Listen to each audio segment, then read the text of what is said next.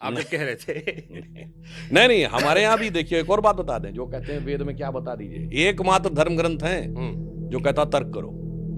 मैं चैलेंज करके कहता हूं दुनिया में जितने बड़े बड़े धर्म हैं, जो भी मतलब धर्म तो भारत एक ही है, हिंदू धर्म, जो मत संप्रदाय पंथ रिलीजन मजहब है, वहां एक ही बुक है और कहते नो इफ एंड बट, चू पू नहीं बोल सकते, जो कह दिया गया वो सुन लो, केवल सरमन होगा, परसेप्ट होगा, तकरीर होगी और सिर्फ सजदा करना है। तर्क करने का कोई स्कोप नहीं है। एक कहता है कि अगर तर्क किया तो नरक में जाओगे, दूसरा कहता तर्क किया तो सरतन से जुदा हो जाएगा। हमारे यहाँ कहा गया आओ बैठो शास्त्रार्थ करो। हमारे 6 वेदांग में एक न्याय शास्त्र है, गौतम ऋषि का न्याय शास्त्र, जिसे तर्क शास्त्र प्रमाण शास्त्र भी कहते हैं। बाकायदा 2 लोग बैठते थे, भाई इसका इंटरप्रिटेशन मेरे हिसाब से आप जो कह रहे थे।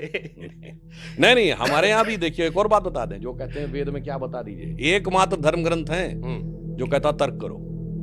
मैं चैलेंज करके कहता हूं दुनिया में जितने बड़े बड़े धर्म हैं, जो भी मतलब धर्म तो भारत एक ही है, हिंदू धर्म, जो मत संप्रदाय पंथ रिलीजन मजहब है, वहां एक ही बुक है और कहते नो इफ एंड बट, चू पू नहीं बोल सकते, जो कह दिया गया वो सुन लो, केवल सरमन होगा, परसेप्ट होगा, तकरीर होगी और सिर्फ सजदा करना है।